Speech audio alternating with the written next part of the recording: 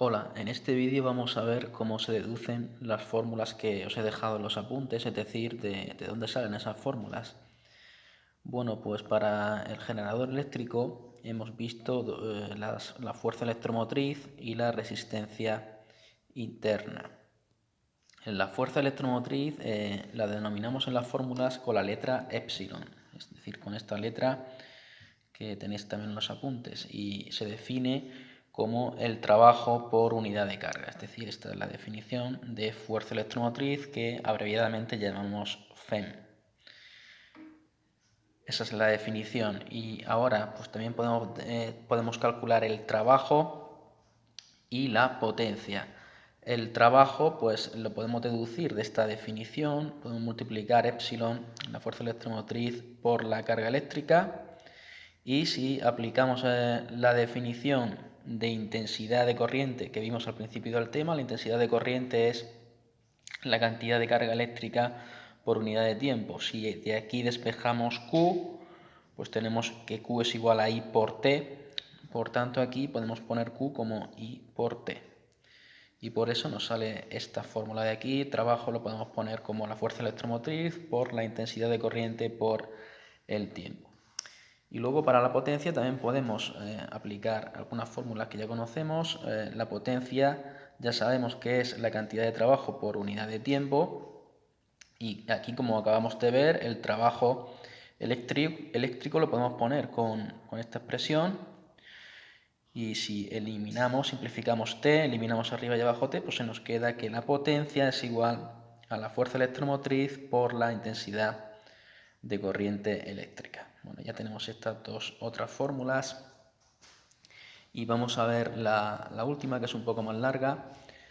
Para la resistencia interna R tenemos esta fórmula. Bueno, ya sabemos que por el efecto Joule siempre se pierde energía en forma de calor. Entonces la potencia de un generador eléctrico la podemos poner como la suma de la potencia útil más la potencia que se pierde en forma de calor. La potencia útil es la potencia que aprovechamos de la energía eléctrica y la potencia disipada es la energía que se pierde por el efecto Joule en forma de calor. Entonces, si aplicamos aquí las fórmulas que ya hemos visto, pues la potencia, como acabamos de ver, es la fuerza electromotriz por la intensidad de corriente. La potencia útil, ya vimos las últimas lecciones que la potencia la podemos escribir como la diferencia de potencial por la intensidad. Y la potencia que se pierde en forma de calor por el efecto Joule, como ya vimos también, pues es igual a la resistencia por la intensidad al cuadrado. Por tanto, de aquí, de esta fórmula, tenemos estas. Y ahora aquí pues podemos sacar factor común I, la intensidad de corriente, podemos sacar factor común I, se nos queda esta expresión y ahora podemos eliminar a los dos lados de la igualdad la intensidad y por tanto se nos va a quedar esta expresión. Si ahora despejamos de aquí la tensión o diferencia de potencial, pues es la fórmula que tenéis aquí, que es la que nosotros usamos. Entonces nosotros vamos a usar estas tres fórmulas para hacer los ejercicios. Bueno, vamos a hacer un ejemplo para aplicar esta fórmula, lo tenéis ahí también en la presentación. Tenemos una resistencia con una batería de fuerza electromotriz 15 voltios y la resistencia interna de 1,5 ohmios. Si la intensidad de corriente en el circuito es de 2 amperios, pues tenemos que calcular todo esto que tenemos aquí, todo lo que nos pide. En el primer apartado, la potencia suministrada por la batería, pues ya hemos visto que la potencia es igual a la fuerza electromotriz, epsilon por la intensidad, solamente aplicar. Aquí tenéis los datos, pues solamente aplicarlo, ya sabéis que la potencia se mide en vatios.